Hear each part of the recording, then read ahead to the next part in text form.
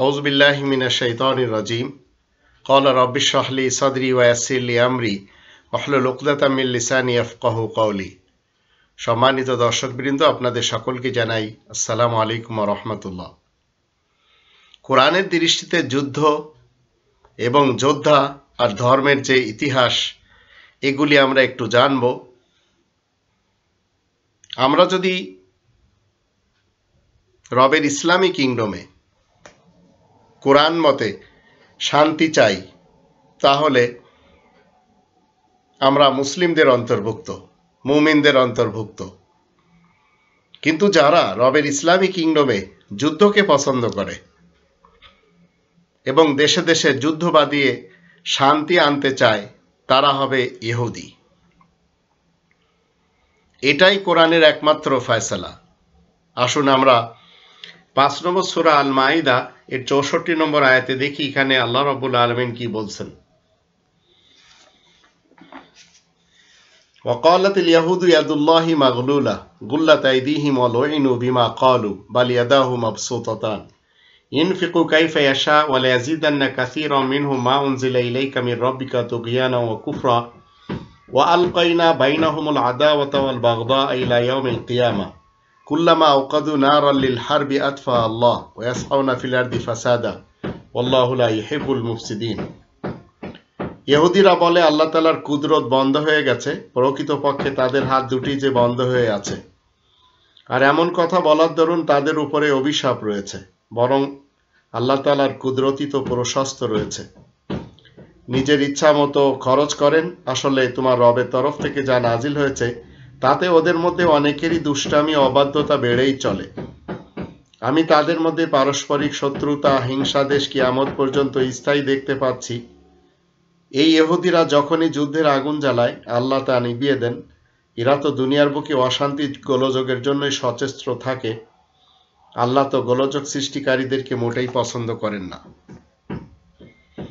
যত যুদ্ধ রবের ইসলামী কিংডমে শুরু দিন থেকে এই ইহুদিরা করে আসছে, এটি হচ্ছে কোরআনের ফয়সালা। আর কোরআন বলছে 5 নম্বর সূরা আল মাইদা এর 3 নম্বর আয়াতে, আল-ইয়াওমা আকমালতু লাকুম দীনাকুম ওয়া আতমামতু আলাইকুম নি'মাতি ওয়া রাদিতু লাকুমুল ইসলাম দীনা। আল্লাহ দ্বীন ইসলামকে সম্পূর্ণ করে দিয়েছেন, মুকাম্মাল করে দিয়েছেন। আর দ্বীন ইসলাম আল্লাহ তাআলা মনোনীত করেছেন। 3 নম্বর সূরা আল ইমরানের 19 নম্বর আয়াতে আল্লাহ বলেছেন, ইন্না দীনা ইনদাল্লাহিল ইসলাম। এখন আপনাকে এবং আমাকে কোরআনের দৃষ্টিতে দেখতে হবে সন্ত্রাসবাদ কারা, সেটি আমরা ইহুদিদেরকে দেখতে পেলাম। এই ইহুদিদের সাথে যারা জোট বাঁধে তারাও সন্ত্রাসী। সে খ্রিস্টান হোক, হিন্দু হোক, মুসলমান, শিয়া, সুন্নি, সালাফি হোক, কমিউনিস্ট হোক, যেই হোক না কেন, এমনকি ইগনোরিস্ট, এথিস্ট, নাস্তিক সমাজ, এই সন্ত্রাসবাদ এরা কখনো ধর্মের নামে মানুষকে উস্কানি দেয়, কখনো আল্লাহ তাআলার কিংডম ভেঙে নতুন নতুন রাষ্ট্র করার জন্য, রাষ্ট্র বানানোর জন্য মানুষকে উদ্বুদ্ধ করে। হাজার হাজার বছর ধরে সন্ত্রাসবাদের রক্তাক্ত ইতিহাস চলছে তো চলছেই। এই সন্ত্রাসবাদ এবং হলি টেররিস্টরা কি কখনো শেষ হবে? হতে পারে, তবে ওই দিন যেদিন পৃথিবীতে আর কোনো বানোয়াট মতবাদ, ধর্ম, ফিরকা, মাসলাক, মাযহাব থাকবে না। যদি না থাকে তাহলে সম্ভব। মানুষের সৃষ্টির পূর্বে আল্লাহ তাআলা এই পৃথিবীতে বিভিন্ন এনার্জি সৃষ্টি করেছেন, যেটি আমরা 15 নম্বর সূরা আল হিজরের 27 নম্বর আয়াত থেকে এবং 55 নম্বর সূরা রহমানের 15 নম্বর আয়াত থেকে জানতে পারি। ওয়াল জান্না খলাকনাহু মিন ক্বাবলু মিন নারিস সামুম। সব ধরনের এনার্জি ইনসানের পরে, জিনের পরে আল্লাহ তাআলা সৃষ্টি করেছেন। এই এনার্জি দ্বারা পরিচালিত 2, 3 এবং 4 করে পাখা বিশিষ্ট মালাইকা রয়েছে। এটিও আল্লাহ তাআলা তৈরি করেছেন। ৩৫ নম্বর সূরা ফাতিরের প্রথম আয়াত তার প্রমাণ। আলহামদুলিল্লাহি জাইলিল মালাইকাতি রুসুলান উলি আজনিহাতিম মাসনা ওয়া সুলাসা ওয়া রুবা ইয়াজিদু ফিল খালকি মা ইয়াশা ইন্নাল্লাহা আলা কুল্লি শাইইন কাদির। ৩৫ নম্বর সূরা ফাতিরের প্রথম আয়াতেই বলা হচ্ছে আলহামদুলিল্লাহি ফাতিরিস সামাওয়াতি ওয়াল আরদ জাইলিল মালাইকাতি রুসুলান। সকল প্রশংসা আল্লাহ তাআলার জন্য, যিনি গগনমণ্ডল ও পৃথিবীকে সৃষ্টি করে রেখেছেন, ভূপৃষ্ঠের শক্তিধর ফেরেশতাগণকে সংবাদবাহক হিসেবে তৈরি করে রেখেছেন, যাদের 2, 3 আর 4 করে ডানা রয়েছে। এগুলি হেলিকপ্টার, তারপরে আপনার বিমান, পানি জাহাজ, যেগুলি 2, 3, 4 পাখায় চলে। সৃষ্টির ব্যাপারে তিনি নিজ খুশি মতো বাড়িয়ে দেন, নিশ্চয় আল্লাহ সকল বিষয়ে শক্তির একমাত্র অধিকারী। এখন এই যে 2টি ডানার উড়োজাহাজ তো মানুষের কল্যাণের জন্য, 3টে ডানার হেলিকপ্টার, আবার পানির জাহাজ, 4টে চলার যে চাকা স্থলের, এগুলি তো সব মানুষের উপকারের জন্য বানানো হয়েছে।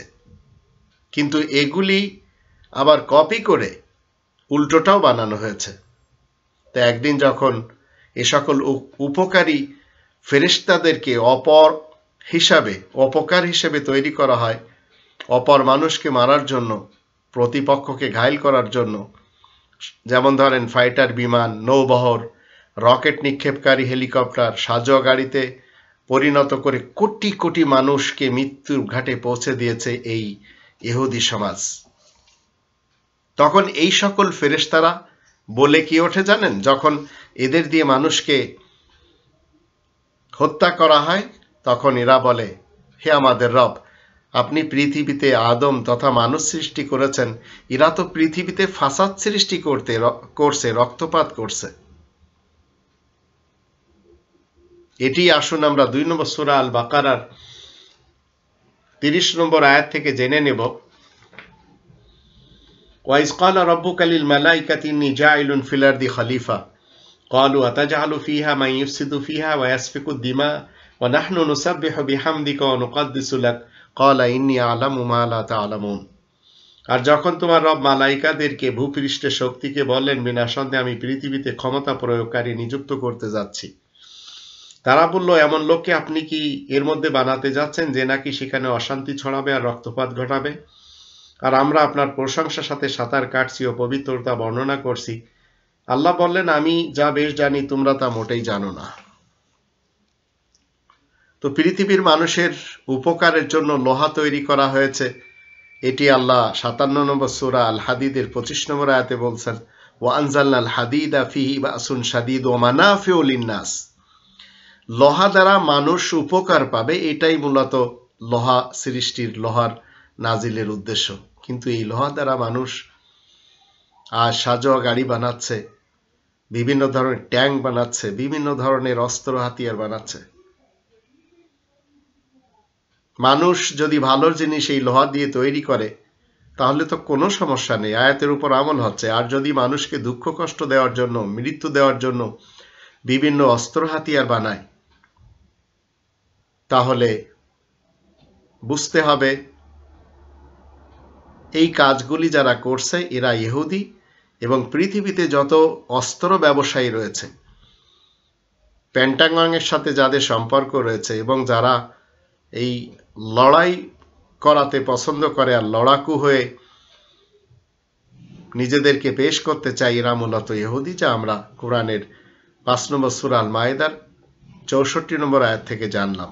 এবার আসুন কোরআনের 2 নম্বর সূরা আল বাকারা এর 83, 84, 85 আয়াত থেকে আমরা যারা বানী ইসরাইল রয়েছে, আমাদের থেকে আল্লাহ তাআলার অঙ্গীকার কি, আর যারা আমাদের মধ্য থেকে আল্লাহ তাআলার আয়াত অমান্য করে চলেছে, সেই ইহুদিদেরও এবং তাদের দোসরদের কর্মকাণ্ডগুলি কি, আসুন আমরা একটু দেখে নিই। আল্লাহ বলছেন, ওয়াইদ আখাযনা মিসাকা বানি ইসরাঈল লা তা'বুদুনা ইল্লাল্লাহ ওয়া বিল ওয়ালিদাইনি ইহসানা ওয়া যিল কুরবা ওয়াল ইয়াতামা ওয়াল মাসাকিনি ওয়া কুলু লিন-নাসি হুসনা ওয়া আকিমুস সালাতা ওয়া আতুজ যাকাহ সুম্মা তাওয়াল্লাইতুম ইল্লা কলিলাম মিনকুম ওয়া আনতুম মুরিদুন। আর আমি যখন বানি ইসরায়েলদের কাছ থেকে অঙ্গীকার নিলাম, তোমরা আল্লাহ ব্যতীত আর কারোর গোলামি করবে না, আর মাতা পিতা ও আত্মীয় স্বজন আর এতিম এবং মিসকিনদের সাথে সৎ ব্যবহার করবে, আর সকল মানুষের সাথে নেক কথা বলবে, আর সালাত কায়েম করবে ও যাকাত দিবে, তারপর তোমাদের মধ্য থেকে স্বল্প সংখ্যক ছাড়া তোমরা মুখ ফিরিয়ে নিচ্ছ, আর তোমরাই হচ্ছ অগ্রাহ্যকারী। তো বানি ইসরায়েলদের মধ্যে স্বল্প সংখ্যক লোক যারা মুমিন মুসলিম থাকে, আর বাকিরা সব এই ইহুদি এবং ইহুদিদের দোসর হয়ে কাজ করে। এরপরে দুটি আয়াতে বলা হচ্ছে ওয়াইদ আখাযনা মিসাকাকুম লা তাসফিকুনা দিমাআকুম, আর আমি যখন তোমাদের থেকে অঙ্গীকার নিই যে তোমরা নিজেদের মধ্যে খুনাখুনি করবে না। ওয়ালা তুখরিজুনা আনফুসাকুম মিন দিয়ারিকুম সুম্মা আকরারতুম ওয়া আনতুম তাশহাদুন, আর আপন দিগকে তাদের ঘর থেকে বের করবে না, তারপর তা মেনে নিলে আর তোমরা তার সাক্ষ্য দিচ্ছ। সুম্মা আনতুম হাউলাই তাকতুলুনা আনফুসাকুম ওয়া তুখরিজুনা ফারিকাম মিনকুম মিন দিয়ারিহিম তাযাহারুনা আলাইহিম বিল ইসমি ওয়াল উদওয়ান وإن يأتكم أسارى تفادوهم وهو محرم عليكم إخراجهم أفتؤمنون ببعض الكتاب وتكفرون ببعض فما جزاء من يفعل ذلك منكم إلا خزي في الحياة الدنيا ويوم القيامة يردون إلى أشد العذاب وما الله بغافل عما تعملون। তারপরে তোমরাই তো নিজেদের মধ্যে খুনাখুনি করে যাচ্ছ, তোমরা তোমাদের মধ্য থেকে একদলকে বের করে দিচ্ছ তাদের ঘর থেকে, তোমরা তাদের উপর গুনাহের সাথে জুলুম প্রকাশ করে যাচ্ছ, আর যদি তোমাদের কাছে তারা কয়েদি হয়ে আসে তাহলে তোমরা ফিদিয়া নিয়ে থাকো, আর তা হারাম করা হয়েছে তোমাদের প্রতি তাদেরকে বের করে দেওয়া। তোমরা কি এই কনস্টিটিউশনের, এই লিখিত কনস্টিটিউশনের কিছু অংশের সাথে বিশ্বাস করবে আর কিছু অংশকে অমান্য করবে? যদি তাই করো তাহলে যারা এই কাজটি করবে দুনিয়ার জীবনে তাদের জন্য রয়েছে লাঞ্ছনা, অপমান, আর কিয়ামতের দিন তাদেরকে ফেরানো হবে কঠিন আযাবের দিকে, আর আল্লাহ বেখবর নন যা কিছু তোমরা করে যাচ্ছ। ৮৬-তে বলা হচ্ছে উলাইকাল্লাযীনা ইশতারাবুল হায়াতাদ দুনিয়া বিল আখিরাহ ফালা ইখাফফাফু আনহুমুল আযাবু ওয়া লা হুম ইনসারুন, এরাই যারা দুনিয়ার জীবনকে আখিরাতের তুলনায় ক্রয় করবে, তাহলে তাদের থেকে আযাব হালকা করা হবে না, তাদের কোনো সাহায্যকারী হবে না। বানি ইসরায়েলদের থেকে এই অঙ্গীকার নেওয়া হলে এই অঙ্গীকারের বিপক্ষে যারা, তারা আজ পৃথিবীতে যুদ্ধের আগুন জ্বালাচ্ছে। খুনি নরেন্দ্র দামোদর মোদি সাহেব গুজরাতে যে জীবিত মানুষদের জ্বালিয়েছিলেন, এই রক্তের দাগ কিন্তু তার শরীরে। দিল্লির মেসাকার যা তিনি 2020 সালে করেছেন সেটিও মানুষেরা জানে। আজ 2021 সালের মার্চ মাসে আসছেন আমাদের দেশের 50 বছর পূর্তিতে, এবং তাকে স্পেশালভাবে আনা হচ্ছে। দেশের কেউ কিন্তু চাচ্ছে না, কিন্তু মোদি সাহেব আসছেন। কি জন্য আসছেন এই ব্যাপারে আমি আপনাদের একটু জানাই, যদিও এই তথ্য আমাদের দেশে অধিক মানুষেরা মাথায় আনতেও চায় না, জানেও না। পশ্চিম বাংলাতে ভোট হবে আপনারা জানেন।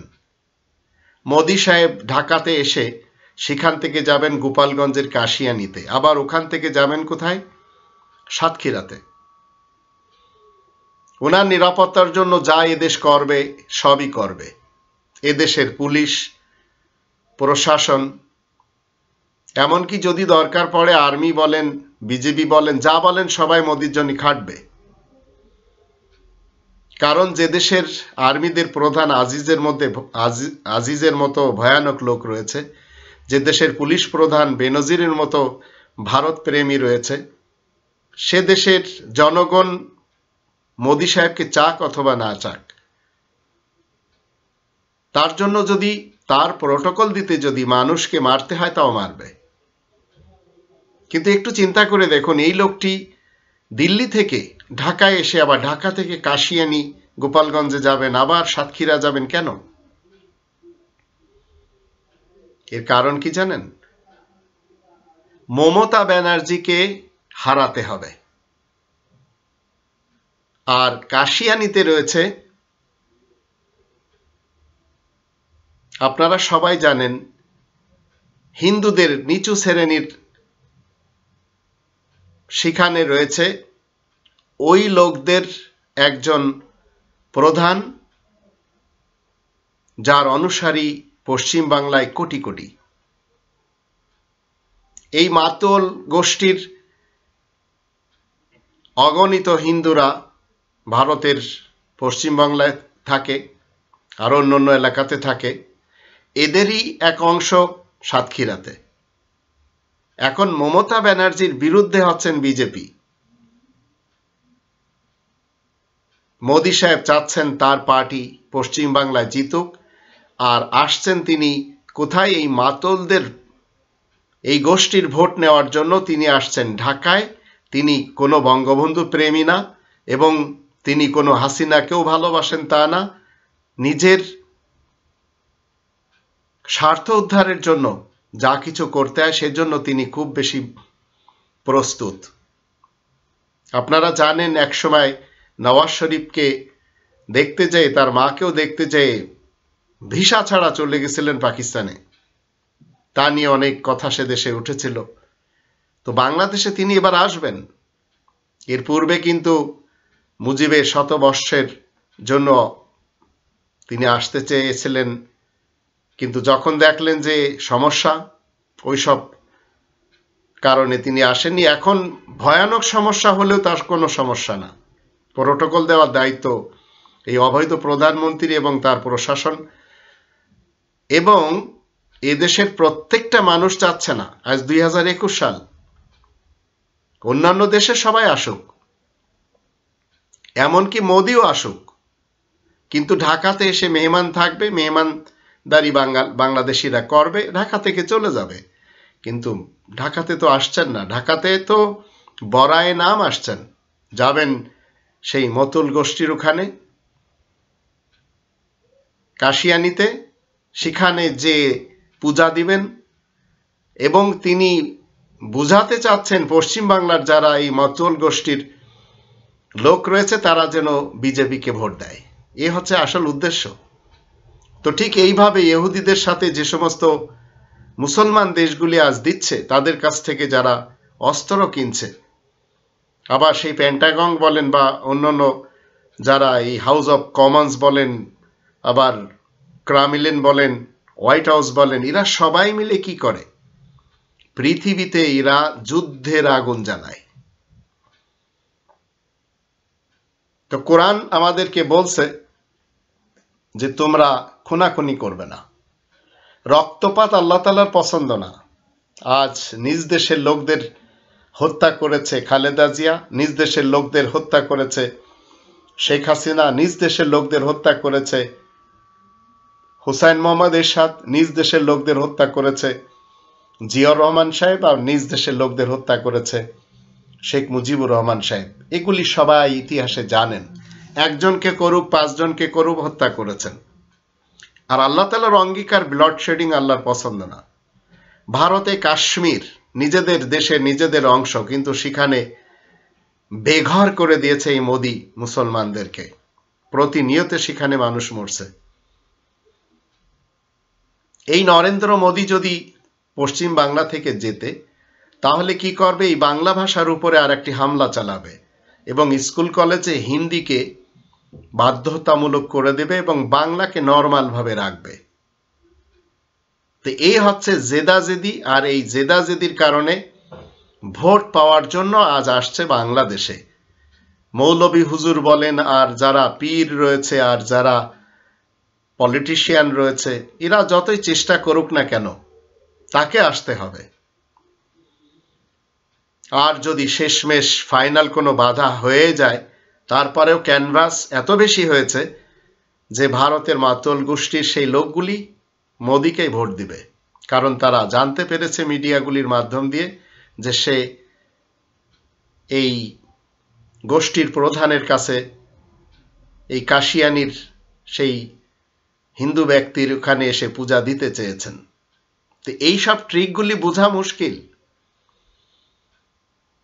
এখন আপনি সৌদি আরবের বাসিন্দা হয়ে যদি কিং ফ্যামিলিকে খুব বেশি পছন্দ করেন, তারা ইসরায়েলের সাথে মিশে কি করে? অস্ত্র কেনে।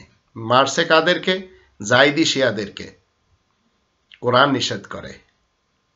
আর সবচেয়ে বড় দুঃখের বিষয় কি? কোরআন তো নিষেধ করলো, সিয়ায়ে সিত্তার লেখকরা রাসূল কারীমের ব্যাপারে 1400 বছর পূর্বের মুহাম্মদ ইবনে আব্দুল্লাহ ইবনে আব্দুল মুত্তালিব বিন হাশিমের নামে ইতিহাস লিখেছে। তার ব্যাপারে লেখা হয়েছে তিনি 57টি যুদ্ধ করেছেন, মানুষ মেরেছেন, কাফেরদেরকে মেরেছেন। কিন্তু কোরআনের 46 নম্বর সূরা আল আহকাফ এর 9 নম্বর আয়াত কখনো কি এই হাদিস লেখকেরা চিন্তা করে দেখেছে রাসূল কি বলছেন কোরআনের মাধ্যম দিয়ে? কুল মা কুনতু বিদআম মিনার রাসূল, তুমি বলে দাও আমি রাসূল হিসেবে নতুন কোন রাসূল নই। ওয়ামা আদরি মা ইউফআলু বি ওয়ালা বিকুম, আমি জানি না আমার সাথে কি ব্যবহার করা হবে আর তোমাদের সাথে বা কেমন ব্যবহার করা হবে। ইন আত্তাবিউ ইল্লা মা ইউহা ইলাইয়া, আমি ওই জিনিসের অনুসারী যে ওহী আমার দিকে আসে। ওমা আনা ইল্লা নাযীরুম মুবিন, আমি স্পষ্ট সতর্ককারী বই তো নই। সেই রাসূল যুদ্ধ করবেন, সেই রাসূল হাতে তলোয়ার নেবেন, যে তলোয়ারের আরবিতে বলা হয় সাইফুন, যা কোরআনে নেই। এটি আপনাকে আমাকে রবের ইসলামী কিংডমে মুসলিম হলে বিশ্বাস করলে চলবে না। সাইফুন কখনো কোরআন বলে না। রাসূল করিম কোরআনে তাবলীগ করে থাকেন 5 নম্বর সূরা আল মায়েদা 67 নম্বর আয়াত তার প্রমাণ। ইয়া আইয়ুহার রাসূলু বাল্লিগ মা উনজিলা ইলাইকা মির রাব্বিক, হে রাসূল তুমি তাবলীগ করো ওই জিনিসে যা তোমার রব তোমার উপরে কি করেছেন, নাজিল করেছেন। তো রাসূল কি করেছেন? তাবলীগ করেছেন কোরআনের। আবার যদি আমরা 88 নম্বর সূরা গাশিয়ার 22 নম্বর আয়াত দেখি, সেখানে বলা হচ্ছে লাস্তা আলাইহিম বিমুসাইতির, রাসূল করিমকে দারোগা হিসাবে পাঠানো হয়নি। আবার 109 নম্বর সূরা কাফিরুনের শুরু থেকে শেষ পর্যন্ত কি বলা আছে? রাসূল করিম কাফেরদেরকে হত্যা করতেই পারেন না, তিনি কাফেরদেরকে সূরা কাফিরুন শুনিয়েছেন। তিনি কি বলেছেন? কুল ইয়া আইয়ুহাল কাফিরুন লা আ'বুদু মা তা'বুদুন ওয়া লা আনতুম আ'বিদুনা মা আ'বুদু ওয়া লা আনা আ'বিদু মা আ'বাদতুম ওয়া লা আনতুম আ'বিদুনা মা আ'বুদু লাকুম দীনুকুম ওয়ালিয়া দীন। তোমরা যার ইবাদত করছো আমি তো করি না। ফাইনালে যে বলা হচ্ছে লাকুম দীনুকুম ওয়ালিয়া দীন, তোমাদের জন্য রয়েছে তোমাদের ধর্মকর্ম আর আমার জন্য একটি জীবন বিধান রয়েছে। ইতিহাসের বই যদি আপনি পড়েন তাহলে দেখবেন দেশপ্রধান ফিরাউন এবং তার উচ্চ পদস্থ কর্মচারীরা নিজ দেশের জনতার উপর কর্তৃত্ব করার জন্য জনতার বিরুদ্ধে শক্তি এবং অস্ত্র ব্যবহার করে, যা আমাদের দেশে 5 দশক থেকে আমরা দেখেছি, একটু বেশি দেখছি এই বিগত একটি যুগ থেকে। পিলখানার ঘটনা, শ্যাপলা চত্বরের ঘটনা, 7 খুনের ঘটনা, হলি আর্টিজেনের ঘটনা, এগুলি সব নাটকীয়ভাবে ঘটানো হয়েছে শুধু ক্ষমতায় থাকার জন্য। তো ফিরাউনরা নিজ নিজ দেশের ছেলেদের দ্বারা কি করে? বাহিনী গঠন করে আর তারা দেশের মধ্যে বিশৃঙ্খলা করে। ইন্না ফিরাউনা আলা ফিল আরদ ওয়া জাআলা আহলাহা শিয়াআন ইয়াস্তাদঈফু তায়ফাতাম মিনহুম ইযাববিহু আবনাহুম ওয়া ইস্তাহয়ী নিসাহুম ইন্নাহু কানা মিনাল মুফসিদিন। এটি 28 নম্বর সূরা আল কসাসের 4 নম্বর আয়াতে বলা হচ্ছে। মূলত ফাসাদ করা, বিশৃঙ্খলা করাই হচ্ছে এই কোরআন বিরোধী যত মোড়ল রয়েছে এদের কাজ। এদের সকলের সম্পর্ক ওই ইহুদিদের কর্মের সাথে। 30 নম্বর সূরা রোমের 41 নম্বর আয়াতের দৃষ্টিতে রাসূল করিম কোনো বানোয়াট একটি দেশের দেশপ্রধান ছিলেন না। রাসূল করিমের কাছে কোনো জল বাহিনী, স্থল বাহিনী, হাওয়াই বাহিনী কখনো থাকতেই পারে না। তিনি কোরআনের মাধ্যম দিয়ে জানতেন যে এই সকল বাহিনীরা জলে বলেন, স্থলে বলেন, বায়ুতে বলেন ফাসাদ সৃষ্টি করে।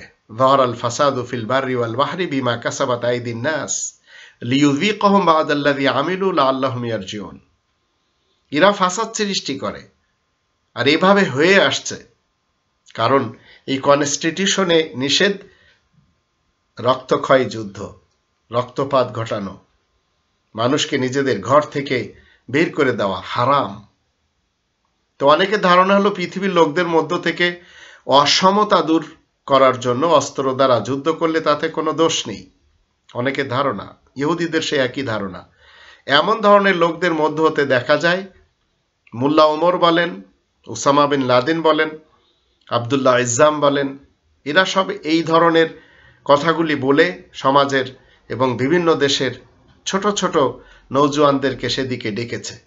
কিছু সংখ্যক মানুষেরা কোরআন প্রচারের জন্য তাদের বানোয়াট মতবাদ জগতে প্রসার করার জন্য কি করেছে? অস্ত্র ধরা, অস্ত্র ব্যবহার করা, এটাকে তারা ইসলাম বলে চালিয়ে দিয়েছে। এমন শ্রেণীর লোকদের মধ্যে হাসানুল বান্না উত্তম, সাইয়েদ কুতুব, সাইয়েদ মৌদুদি সাহেবের একটি বড় বই আছে আল জিহাদ, যুদ্ধ। তার শিষ্যরা উল্লেখযোগ্য রবের ইসলামী কিংডমে। প্রতিনিয়ত মিশরে তাহরির স্কয়ারে এই ধরনের ঘটনা বছরে ঘটতেই থাকে। প্রতিনিয়ত সেখানেও মানুষ মরে, যেভাবে আমাদের দেশে মরে। রাসূলের সামনে যখন কোনো ব্যক্তি ইসলামকে অমান্য করতেন, তখন তিনি সে সকল ব্যক্তিদেরকে কোরআন খুলে দেখাতেন, অস্ত্র চালাতেন না। তিনি বলতেন যে আচ্ছা, তোমাদের এই সমস্যার সমাধানে ওয়া ওহিয়া ইলাইয়া হাযাল কোরআন, এই কোরআন আমার দিকে ওহী করা হয়, এই কোরআনে তলোয়ার নেই। 6 নম্বর সূরা আল আনআমের 19 নম্বর আয়াতে বলা হচ্ছে। তো রাসূল করিম কাফেরদের বিরুদ্ধে জিহাদ করেছেন, যুদ্ধ বা হারব তিনি করেননি। 66 নম্বর সূরা তাহরিমের 9 নম্বর আয়াতে বলা হচ্ছে, ইয়া আইয়ুহান নাবিয়্যু জাহিদিল কুফার আল মুনাফিকিন, দুমুখ ব্যক্তিদের এবং আয়াত গোপনকারী যারা, এদের বিরুদ্ধে তিনি আয়াতের মাধ্যম দিয়ে সংগ্রাম করেছেন। তিনি যুদ্ধ করেননি। তিনি কোন যুদ্ধ করেছেন, কাদের বিরুদ্ধে করেছেন, সেটি আপনাদের অবশ্যই জানা উচিত। প্রত্যেকটি এলাকাতে রিবাখোর রয়েছে। রিবাখোর তাদেরকে বলা হয় যারা অবৈধভাবে মাল দৌলত অর্জন করে, মানুষের ক্ষতি করে ব্যবসা করে, ক্ষতিকারক দ্রব্যাদি যারা বেচা কিনা করে তারাও রিবাখোর। আর ইহুদিরা এই কাজগুলি সবচেয়ে বেশি করে রবের ইসলামী কিংডমে। এরাই মানুষকে পানির বদলে দিচ্ছে বিভিন্ন ধরনের কোমল পানি, Fanta, Sprite, 7 up, Red Bull, ক্যাট বল, বুলডগ, কোকাকোলা, এগুলি সব দিচ্ছে। যদিও অনেকে এই সব জিনিস দিয়ে এগুলিকে টয়লেট ক্লিনারও বলে, অনেকে টয়লেট সাফ করে। তো রাসূল কারীমের সহিত জিহাদ, যুদ্ধ, এ দুটি আছে, কিন্তু রাসূল জিহাদ করেছেন তলোয়ার চালিয়ে নয়। রাসূল যুদ্ধ করেছেন এই রিবাখোরদের বিরুদ্ধে। আমাদের দেশে বিএনপি, আওয়ামী লীগ এবং এদের সাথে যারা জোট বেঁধেছেন, দেশের মানুষের অধিকার যারা হরণ করেন, এমনকি সরকারি চাকরিজীবী বা কোম্পানি চাকরিজীবী যাদের 50,000 টাকা বেতন, এই মূলধনের উপরে যদি কোনো টাকা কেউ ঘরে নিয়ে আসে, সে রিবাখোর। তো এদের বিরুদ্ধে আল্লাহ এবং তার রাসূলের পক্ষ থেকে যুদ্ধের ঘোষণা রয়েছে। ফাযানু বিহারবিম মিনাল্লাহি ওয়া রাসূলি। ডিটেলস আমরা 2 নম্বর সূরা আল বাকারার 275 থেকে 281 আয়াতগুলি দেখে নিতে পারি। তো রাসূল করিম কাফেরদের সাথে জিহাদ করেছেন, সবচেয়ে বড় জিহাদ, ছোট মোটো জিহাদ না। যুদ্ধ করতে গোলা বারুদ লাগে, লোহার তৈরি অস্ত্র লাগে। জিহাদ করতে গোলা বারুদ কিংবা বুলেট অথবা বিস্ফোরক কোনো জিনিস লাগে না। তবে রাসূল যে হাতিয়ার দ্বারা সবচেয়ে বড় জিহাদ করেছেন, সেই হাতিয়ারটি হলো কি? কোরআনে কারীম। এই কোরআনের 114টি সূরা, 6348টি আয়াত। 25 নম্বর সূরা আল ফুরকানের 52 নম্বর আয়াত তার প্রমাণ। ফালা তুতিইল কাফিরিন, কাফেরদের তুমি অনুসরণ করবে না। ওয়াজাহিদহুম বিহি জিহাদান কাবীরা, তাদের সাথে এই কোরআনের আয়াতের মাধ্যম দিয়ে সবচেয়ে বড় জিহাদ করবে। এটি রাসূল করেছেন, আজও করছেন, এবং রাসূলের অনুসারী আমরা যারা, আমরাও করে যাচ্ছি। অনেকে দারিদ্রতা দূর করানোর জন্য, অপরাধ দূর করানোর জন্য, ন্যূনতম শিক্ষা এবং চিকিৎসা দূর করানোর জন্য অস্ত্র হাতে নিয়ে যুদ্ধ করেন, মানুষের রগও কাটেন, গণপিটুনি দেন, মানুষকে হত্যাও করেন। এমন শ্রেণীর লোকদের সম্পর্ক হাম্মাস, ইখওয়ানুল মুসলিমিন, হিজবুল্লাহ, আল কায়দা, জামাত শিবির, হরকাতুল জিহাদ, হরকাতুল মুজাহিদিন, আইএসআইএস, আরএসএস, সিপাহে সাহাবা, সিপাহে মোহাম্মদ, জয়শে আলী, এদের সাথে এরা কেউ মুসলিমিনদের অন্তর্ভুক্ত না। কিছু সংখ্যক হলি টেররিস্টদের আশা হলো তারা নিজ দেশে নিজেদের একটি সরকার গঠন করে দেশ থেকে সকল অমঙ্গল জিনিসকে উৎখাত করবেন, দেশের মধ্যে সুশৃঙ্খলা এবং সমতা কায়েম করবেন। যেমন তারা এজন্য অস্ত্রের মাধ্যমে কি করবে, দেশের মধ্যে ধ্বংসাত্মক কর্মকাণ্ডগুলি করবে এবং যে সকল কাজগুলি করা নবীর সুন্নত মনে করে, এই যে কাজগুলি, সে সকল কাজগুলিকে তারা নবীর সুন্নত মনে করে করেন। এমন ধরনের লোকদের সম্পর্ক ইসলাম শব্দটি যারা ব্যবহার করে নিজেদের সাথে, জামাতে ইসলাম, ইসলামের পাঠশালা, বাংলা ভাই, জঙ্গিবাদ, তারা বলে আমরা রাসূল কারীমের সুন্নত মতে করি।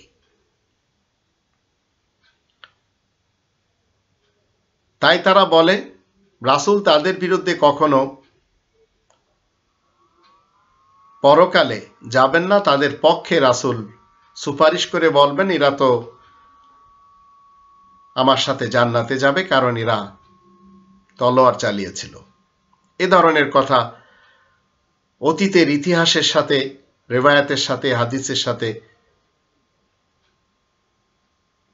যা মুহাম্মদ ইবনে আব্দুল্লাহ ইবনে আব্দুল মুত্তালিব বিন হাশিমের নামে লেখা হয়েছে, আমরা পৃষ্ঠা উল্টা দেখতে পাই। অথচ ৩৬ নম্বর সূরা ইয়াসিন এর ১৭ নম্বর আয়াতে সকল নবী রাসূলগণ কি বলছেন, ওমা আলাইনা ইল্লাল বালাগুল মুবিন, আমাদের দায়িত্ব হচ্ছে স্পষ্টভাবে এই আয়াত পৌঁছে দেওয়া। এখন দেশপ্রধান ফিরআউনরা নিজ দেশের জনতাদের ক্ষুধার্ত রেখে টাকা পয়সা এবং রাজ্যের ভান্ডার শেষ করে দেয় অস্ত্র বৃদ্ধির জন্য, মানুষ মারার অস্ত্রপাতি, হাতিয়ার জমা করার জন্য, ক্রয় করার জন্য। দেশের বাজেটের সর্বাধিক বাজেট খরচ করা হয় যোদ্ধাদের পিছনে, অযথা স্থান নির্মাণের জন্য। আজকের পৃথিবীর মধ্যে একটি দেশ রয়েছে যাকে ভূস্বর্গ বলা হয়, সেই সুইজারল্যান্ড। একটু চিন্তা করে দেখুন, সেখানে জল বাহিনী, স্থল বাহিনী, বায়ু সেনা আছে কিনা? সে দেশে কোনো বাহিনীও নেই, তাদের জন্য কোনো বাজেটও নেই। সে দেশের নৌজওয়ানরা বিভিন্ন ডিপার্টমেন্টে বিশেষজ্ঞ। দেশপ্রধান ফিরআউনরা কি করে? অপচয় করে, তাই তাদেরকে দোজখবাসী বলা হয়েছে। রাসূল দেশপ্রধান ছিলেন না, তার কোনো সৈন্য দল ছিল না, তিনি অপচয়ও করেননি। আমরা কোরআনের ৪০ নম্বর সূরা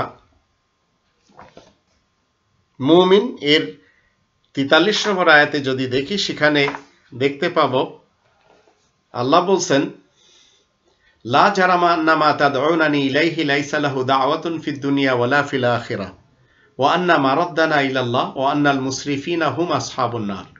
এতে কোনো সন্দেহ নেই তোমরা আমাকে যেদিকে আহ্বান জানাচ্ছ সে তো এই পৃথিবীর বুকে আর আখেরাতেও ডাকার মতো যোগ্য নয় মোটেই। আর আমাদের সবাইকে আল্লাহ তাআলা দরবারেই ফিরে যেতে হবে, আর যারা সীমা লঙ্ঘনকারী তারাই জাহান্নামের বাসিন্দা। মুসরিফ লোক যারা, তাদেরকে আল্লাহ বলছেন যে এরা দোজকের বাসিন্দা। ইতিহাস লেখকেরা ইতিহাসের মাধ্যমে রাসূলের সঙ্গীদের ব্যাপারে কি প্রমাণ করেছেন? যে তারা একে অপরের সাথে যুদ্ধ করেছেন, যে জন্য উদ্ধৃতি দেওয়া হয় সিফিনের যুদ্ধ, উষ্ট্রের যুদ্ধ। অথচ রাসূলের সাথীরা নিজেদের মধ্যে কখনো তা করেননি। এর প্রমাণ আমরা যদি ৪৮ নম্বর সূরা আল ফাতহ এর ২৯ নম্বর আয়াতে যাই, সেখানে আল্লাহ বলেন, মুহাম্মাদুর রাসূলুল্লাহ ওয়াল্লাযীনা মাআহু আশিদ্দাউ আলাল কুফারি রুহামাউ বাইনাহুম। মুহাম্মদ আল্লাহ তাআলার রাসূল, যারা তার সঙ্গী সাথী, তারা নিজেদের মধ্যে বড়ই রহমদিল আর আয়াত গোপনকারী কাফেরদের ব্যাপারে বড়ই কঠোর। তো একদিকে আয়েশা, একদিকে আলী, ইতিহাসে লেখা, একদিকে হাসান, একদিকে হোসেন, একদিকে ইয়াজিদ, একদিকে হোসেন। এই টাইপের যে ইতিহাসগুলি, এগুলি সব রক্তের ইতিহাস, ইসলামের ইতিহাস না। রাসূল কারীমকে যোদ্ধা প্রমাণ করানোর জন্য অনেক ষড়যন্ত্র হয়েছে, আর এই ষড়যন্ত্রগুলির পিছনে সবচেয়ে বড় গডফাদার হচ্ছে বুখারী সাহেব, তাবারি সাহেব, জুহেরি সাহেব, আমাদের যুগে মওদুদি সাহেব, তাবারক আলী, শেখুল আদি জাকারিয়া, আবুল হাসান আলী নাদভী, মীর মুশাররফ হোসেন, আশরাফ আলী থানভী, খাদিজা আক্তার রেজাই, মুনিরউদ্দিন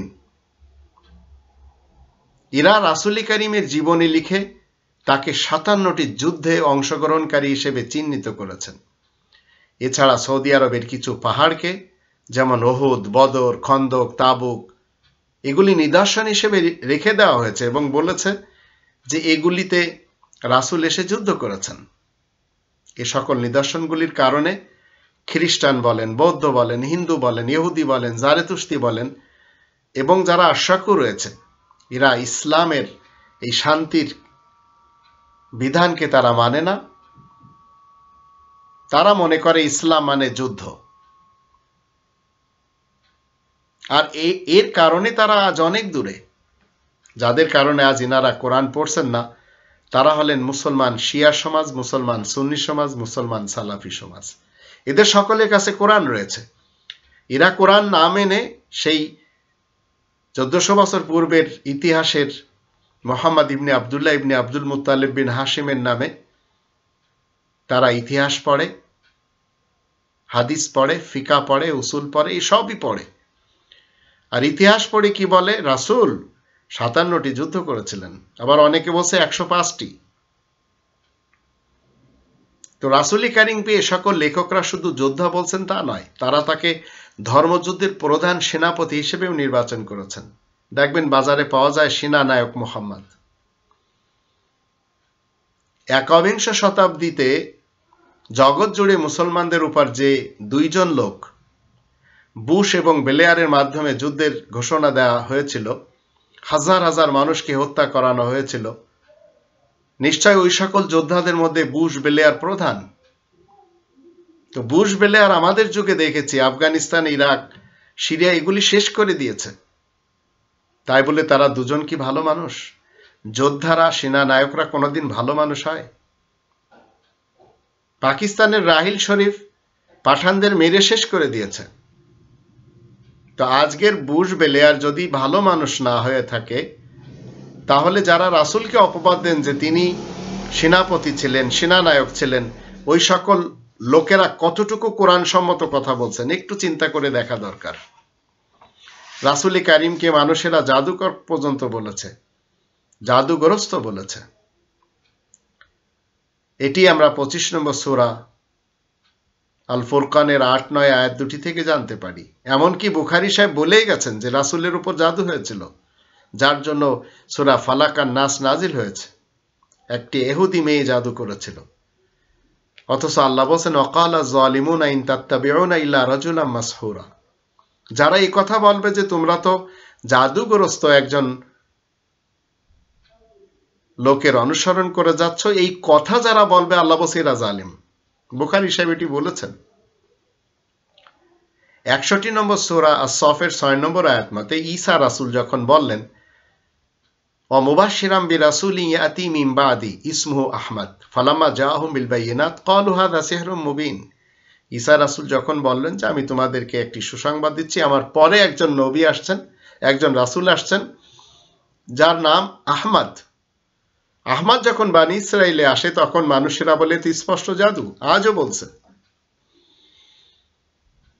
বানি ইসরাইলের ভিতরে রাসূল কারীম এসেছেন, কিন্তু ইতিহাস লেখকেরা বলছে কি 1400 বছর পূর্বে মোহাম্মদ ইবনে আবদুল্লাহ ইবনে আব্দুল মুত্তালিব বিন হাশিম কুরাইশ বংশে এসেছে, হাশিমি বংশে এসেছে। আর আল্লাহ বলেন বানি ইসরাইলের ভিতরে এসেছে। আর এই সুসংবাদ ঈসা রাসূল দিয়েছেন। তো আল্লাহ রাসূল কারীমের ব্যাপারে বলছেন যে উনি আল্লাহ তাআলার কোরআনে দায়ী ছিলেন। এটি আমরা 33 নম্বর সূরা আল আহজাবের 46 নম্বর আয়াত থেকে জানতে পারি।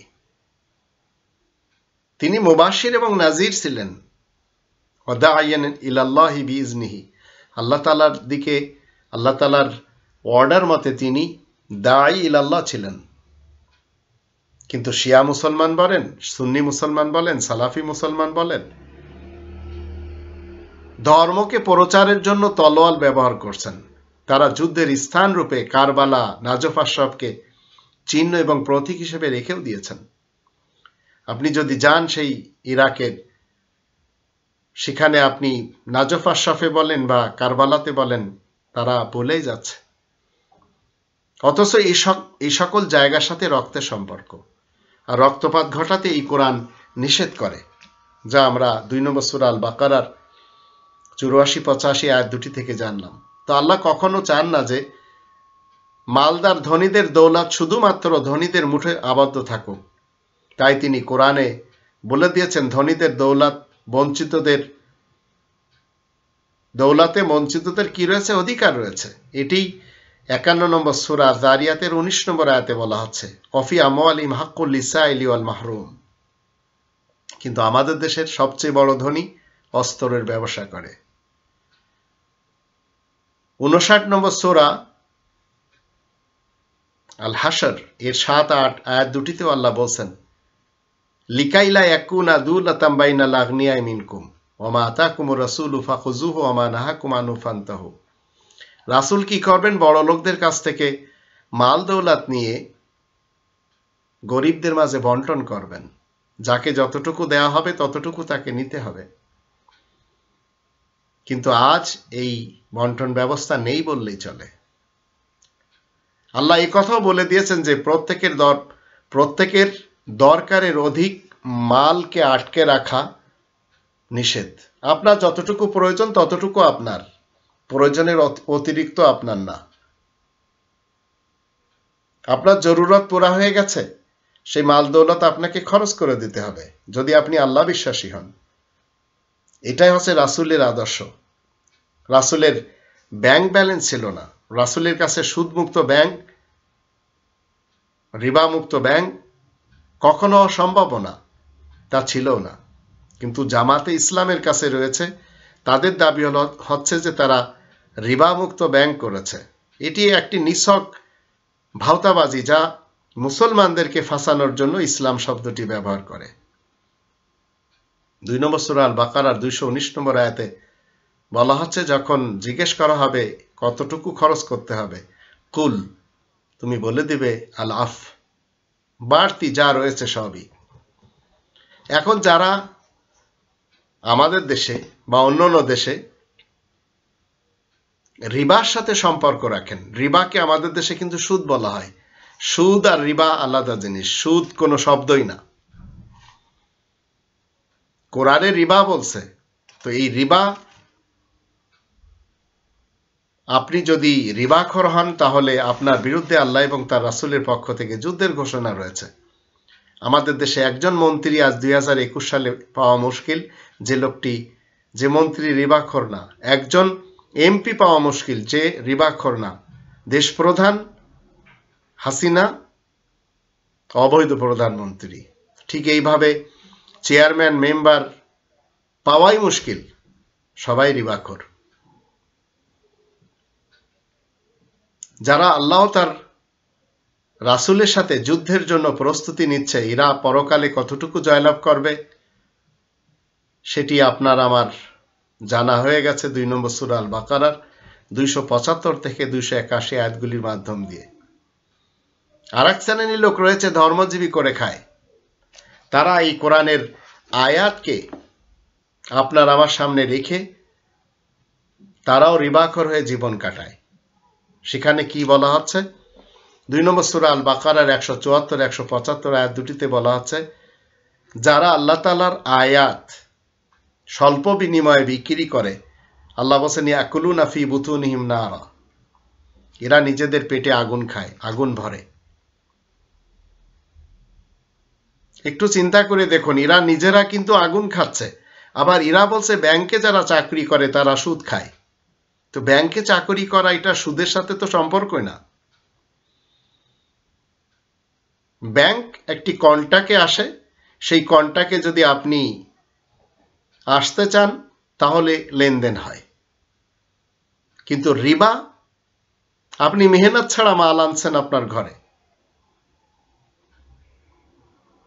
একজন মানুষ, সে বিধবা, তার কাছে কিছু টাকা রয়েছে, সে টাকাগুলি ব্যাংকে রাখছে একটি কন্ট্রাক্টের মাধ্যমে, যে আমি এই টাকাগুলি রাখছি, মাসে আমার এতগুলি টাকা বাড়তি দিতে হবে। ব্যাংক বলছে যে আপনার মূলধন আমরা ফেরত দেব এবং মাসে আপনার এই টাকা দিয়ে আমরা বিজনেস করব, তাতে যে লাভ আসবে আপনার এই পার্সেন্টেজ দেওয়া হবে। এটা হালাল জিনিস। কিন্তু হারামখোর মৌলবী যারা, তারা বলছে এটি সুদের সাথে সম্পর্ক, আর সুদের সাথে জড়িত 10 জন লোক জাহান্নামে যাবে, এটি নাকি ইতিহাসে 1400 বছর পূর্বের মোহাম্মদ ইবনে আবদুল্লাহ ইবনে আব্দুল মুত্তালিব বিন হাশিম সাহেব বলেছেন। একজন সমাজের এতিম, একজন বিধবা, একজন বৃদ্ধ বা বৃদ্ধা, এদের কাছে টাকা রয়েছে, এরাই টাকাগুলি আপনাকে দিবে, আর আপনি টাকাগুলি ব্যবসা করে তাদেরকে মুনাফা দিবেন, এর গ্যারান্টি আছে? কিন্তু ব্যাংক গ্যারান্টি দেয়, মূলধনের গ্যারান্টি দেয়। এটি হচ্ছে সবচেয়ে বড় ভালো জিনিস, যে আপনার মূলধনের গ্যারান্টি আপনি পাচ্ছেন এবং মুনাফাও পাচ্ছেন। কিন্তু আপনাকে দেখতে হবে ব্যাংক যে কাজগুলি করবে সেগুলি বৈধ কাজ কিনা। যদি আপনার টাকা দিয়ে বিড়ি সিগারেটের, পেপসি, কোকা কোলার ব্যবসা করে, তখন বুঝতে হবে যে এই পয়সাতে রিবা মিশছে। কারণ মানব অপকারী জিনিসের ব্যবসা বাণিজ্য আপনি করতে পারবেন না। এখন যারা মানুষ মারছে ধর্মের নামে, যারা রবের ইসলামী কিংডমে মানুষকে, প্রতিপক্ষকে ঘায়েল করার জন্য তারা ঘরে থাকতে দিচ্ছে না, যেমন বিএনপিরা দেয়নি, আজ আওয়ামী লীগরা দিচ্ছে না, এরা সবাই মূলত ফাসাদ সৃষ্টিকারী।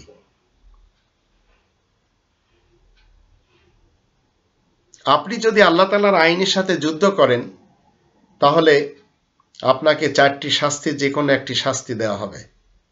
এটি 5 নম্বর সূরা আল মাইদা এর 32-33 আয়াত। আমরা এই দুটি আয়াত একটু জেনে নেব। এখানে আল্লাহ রাব্বুল আলামিন কি বলছেন।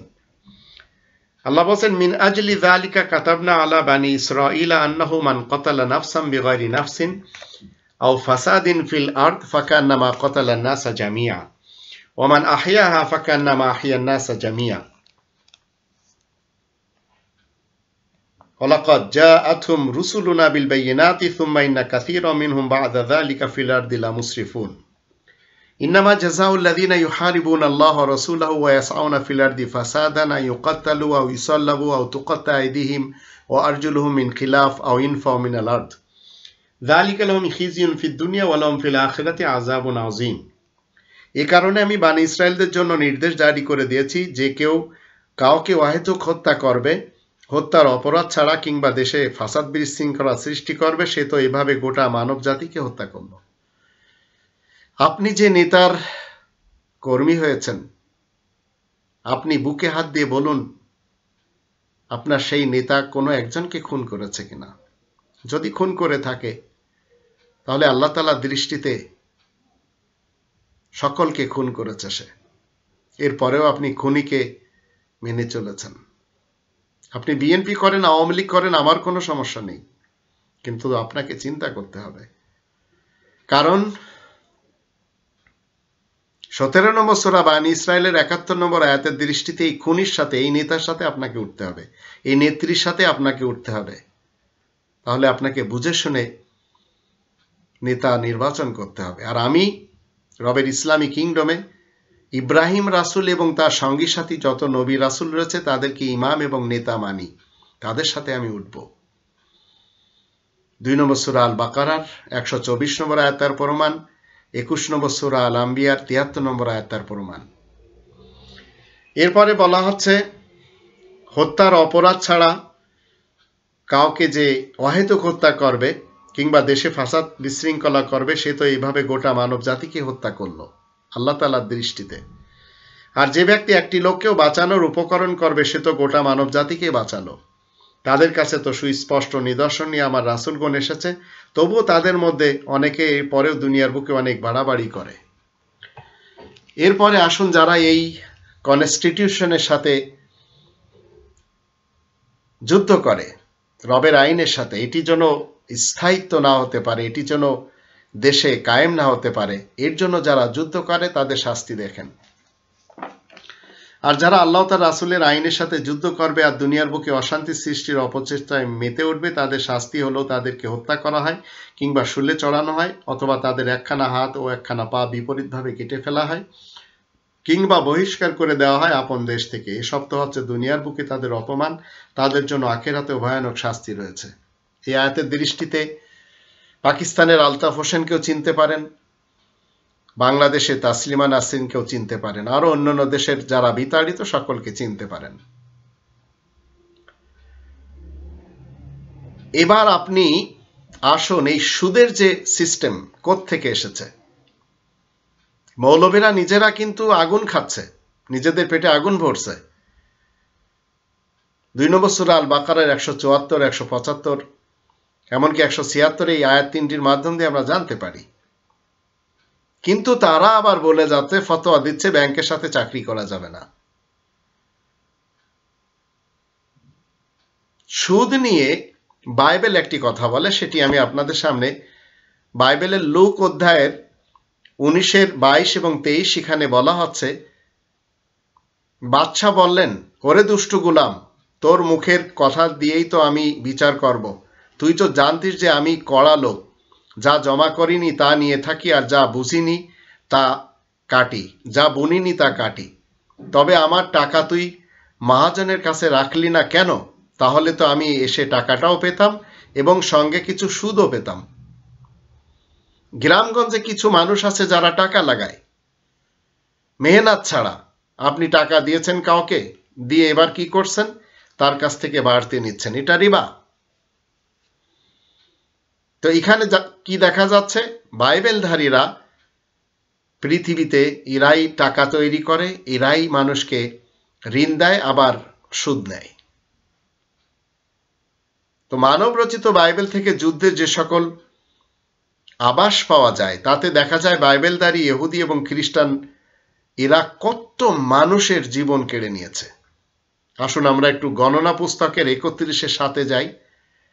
সেখানে বলা হচ্ছে, মিদিয়ানদের সাথে যুদ্ধ করে সকল পুরুষদেরকে হত্যা করা হয়েছে, বাইবেল বলছে।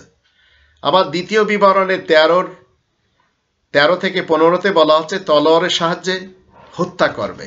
এই তলোয়ারের কনসেপ্টটা আসছে বাইবেল থেকে। আবার বিচার কর্তৃকগণের বিবরণের 8-10 সেখানে লেখা রয়েছে বাইবেলে, খড়গধারী 1,20,000 লোক নিপতিত হয়েছে। আর 12-6 বলা হচ্ছে 42,000 লোক হত্যা হয়েছে। এরপরে সামুয়েল 1-4-2, 6-19, 18-6-7, 22-18-19 এখানে কি বলা হচ্ছে? ফিলিস্তিন ইসরায়েল যুদ্ধে 4,000 লোক মৃত্যুবরণ করেছে, 50,000 70 জনকে হত্যা করা হয়েছে, শাউল হাজার হাজার মানুষকে হত্যা করেছে, আর দাউদ লক্ষ লক্ষ মানুষকে, ইয়াফত পরিধানকারী 85 জনকে হত্যা করেছে। এসব লেখা বাইবেলে। সামুয়েল 2 অধ্যায়ের 10-18-তে লেখা, আরামিরা যুদ্ধে 40,000কে হত্যা করেছে। রাজাবলী 1-20-29 লেখা, ইসরায়েল সন্তানগণ একদিনের যুদ্ধে আরামিদের 1 লক্ষ সৈন্যদেরকে হত্যা করেছে। রাজাবলী 2 বিবরণের 10-14, 14-7, 19-35 লেখা, 42 জনকে হত্যা করেছে, 10,000 লোককে হত্যা করেছে, 1,85,000 লোককে মারা হয়েছে। বংশাবলী 1 অধ্যায়ের 18-5 এবং 19-18-তে লেখা, 22,000 মানুষকে হত্যা করা হয়েছে, 47,000 মানুষকে হত্যা করা হয়েছে। বংশাবলী 2 বিবরণের 15-13 এবং 25-11-তে বলা হচ্ছে, ইসরায়েল ঈশ্বরকে যারা মানবে না তাদেরকে হত্যা করা হোক, 10,000কে মারা হয়েছে। ঠিক একই কায়দায় বুখারী সাহেব বলছে, মামবাদ্দালা দীনহু ফাকতুলুহু, যারা দিন বদল দিবে তাদেরকে হত্যা করা হোক। এই কথাটি মূলত বাইবেল বলেছে, সেটি বুখারীও বলেছে। ইস্টের 9-16-তে বলা আছে 75,000 মানুষকে মৃত্যু দেওয়া হয়েছে। জিসাইয়র 37-36 লেখা 1,85,000 মানুষকে হত্যা করা হয়েছে। এই বাইবেল বলছে। ইসলামে কোনো যুদ্ধ করাকে, রক্তপাত এবং ফাসাদ করাকে পছন্দ করে না। বংশ নির্মূল করবেন সেটিও ইসলাম চায় না। 2 নম্বর সূরা আল বাকারার 204 এবং 205 আয়াত দুটিতে আল্লাহ বলে দিয়েছেন। কিন্তু রবের শত্রুরা তারা কি করে? ক্ষমতা পাওয়ার সাথে সাথে ওয়াইহুলিকাল হারসা ওয়ান নাসল আল্লাহু লা ইউহিব্বুল ফাসাদ, শুধু বংশ নষ্ট করে না, খেতি বাড়িও নষ্ট করে। জাপানের হিরোশিমা নাগাসাকিতে যে বোমা ফেলানো হয়েছে সেখানে কোনো ফসল উৎপাদনও হয় না। আফগানিস্তানে যেভাবে বোমাবারি করেছে রাশিয়া, তাতে আফগানিস্তানে অনেক এলাকা যেখানে কোনো কিছু উৎপাদনও হয় না। তো দুনিয়ার শুরু থেকে অনেক মানুষ সন্ত্রাস এবং হলি টেররিস্ট এবং যোদ্ধাদের কমান্ডের কারণে কষ্ট ভোগ করছে এবং করবেও। সন্ত্রাসী আক্রমণ নিয়মিতভাবে শত সহস্র লোকদের হত্যা করে, লক্ষ লক্ষ মানুষকে পঙ্গু করে দেয়, অসংখ্য মানুষের শান্তি এবং নিরাপত্তার অধিকারকে ছিনিয়ে নেয়। দেশে দেশে বোমা বিস্ফোরণের কারণে মানুষ এবং তাদের বসতবাড়ি জ্বলে পুড়ে ছারখার হয়ে যায়। আমাদের দেশে তো কম হয়নি, গাড়িতে আগুন দেওয়া হয়েছে, ছোট ছোট বাচ্চাদেরকে পুড়িয়ে মারা হয়েছে। তো ইতিহাসে যে সমস্ত যুদ্ধের কথা বলে, রাসূলের হাতে তুরস্কের এবং রাশিয়ার লোকেরা অন্যায়ভাবে তলোয়ার ছিল বলে বেড়াচ্ছে। আর আপনি যদি ইস্তানবুলে যান, তোপকাপিতে রাসূলের তলোয়ারের প্রদর্শনী করা হয়। এটা রাসূলের নামে মিথ্যা অপবাদ ছাড়া আর কিছু না, আমি নিজেও দেখেছি। উস্ট্রের যুদ্ধ, সিফিনের যুদ্ধ, যেখানে অগণিত মানুষ হত্যা হয়েছে। আবার আবু বকর, ওমর, ওসমান এবং হায়দারে কাররার যুদ্ধ করে হাজার হাজার মানুষকে বধ করেছে।